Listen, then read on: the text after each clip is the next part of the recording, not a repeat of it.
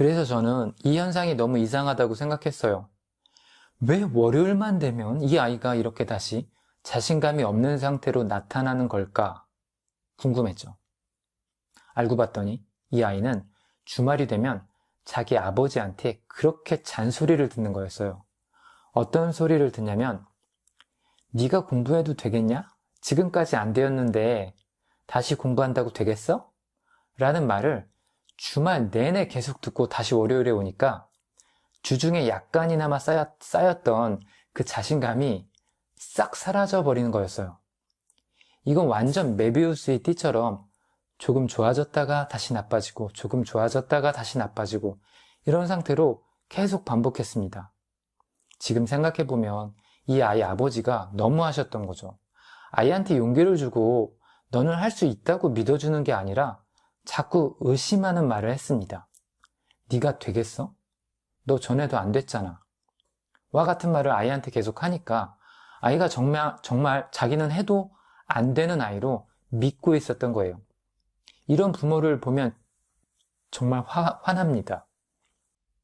제가 이런 이야기를 해드리는 이유는 자기 효능감이 낮은 아이들이 어떤 특성을 보이는지를 실제적인 예를 통해 설명해 드리고 싶어서였어요.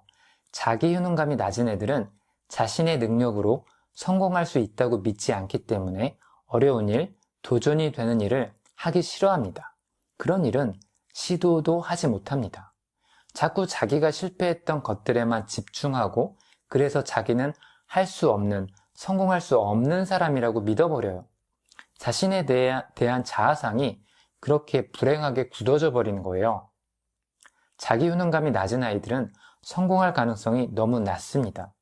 왜냐하면 매사에 긍정적이지 못하고 부정적이기 때문이니까요. 그럼 어떻게 해야 자기 효능감을 높일 수 있을까요? 자기 효능감 개념을 처음으로 제시한 반두라는 이 능력을 향상시키기 위해 다음에 4가지 면에서 노력할 수 있다는 것을 설명합니다.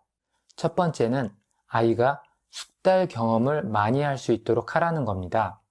숙달한다는 말의 뜻은 완전히 마스터한다는 뜻이죠. 어떤 것을 자신이 완전히 할 수 있다는 그런 경험은 자기 효능감을 높여줍니다. 당연한 말이겠죠. 자기 효능감 개념의 정의 자체가 자기 능력에 대한 긍정적인 믿음 아니겠어요? 당연히 성공적으로 해내는 경험을 많이 하는 게 자기 효능감을 향상시키는 데 도움이 됩니다. 두 번째는 롤 모델입니다. 어떤 일을 성공적으로 해내는 롤 모델을 관찰하는 것은 자기 효능감을 높이는 데 도움이 됩니다. 롤 모델이라는 것은 자신이 따라하고 싶은 사람이잖아요. 우리는 비고츠키의 인지발달 이론에서 우수한 동료들과 같이 할 때 지적 발달이 더 잘 일어난다는 걸 배웠어요. 비슷한 맥락에서 나보다 우수한 동료가 어떤 일을 성공적으로 하는 것을 관찰하게 되면 그 동료를 당연히 나도 따라하고 싶어집니다. 동기가 생기는 거죠. 세 번째는 긍정적인 격려입니다. 예를 들어 학생한테 넌 할 수 있어, 해낼 수 있어 라고 격려를 해주는 거죠. 왜 할 수 있는 건지, 또 그 일을 어떻게 할 수 있는지 등에 대해 구체적으로 설명까지 해주면 더 좋습니다. 누군가 지속적으로 내가 할 수 있다는 것을 격려해준다면, 그리고 나의 능력을 믿어준다면, 그리고 그 누군가가 나와 가까운 사람이라고 한다면 확실히 동기가 생깁니다. 왜냐하면 그 사람을 실망시키는 일을 하고 싶지 않거니와 그 사람을 기쁘게 해주고 싶기도 하거든요.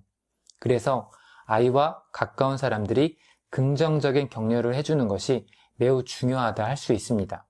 성수가 실패했던 것은 그 아이의 부모가 이 부면에서 아주 꽝이었던 사람들이었기 때문이었어요. 그래서 이 부분은 특별히 부모가 해줘야 되는 부분입니다. 교사도 당연히 학생들을 격려해 주어야겠지만 근본적으로 가정에서부터 자기 효능감을 높이는 교육을 부모가 해야 됩니다. 왜냐하면 자기 효능감은 아주 어린 나이에서부터 형성되기 시작하기 때문이에요. 마지막 4번째는 컨디션을 조절하는 겁니다. 현재 나의 컨디션이 어떤지에 따라서 어떤 도전에 직면해 있을 때 그 도전을 내가 성공적으로 끝낼 수 있을까에 대한 부분이 영향을 받습니다. 내가 현재 우울하고 몸도 안 좋고 날씨도 안 좋고 그러면 어려운 일을 해낼 자신감이 약해질 수 있어요. 그래서 건강한 신체와 건강한 멘탈을 잘 관리하는 것이 평소에 중요하다고 할 수 있습니다. 그리고 특별히 스트레스 상황에서 내가 어떻게 그런 스트레스를 잘 관리할 수 있는지를 알고 있는 것도 중요합니다.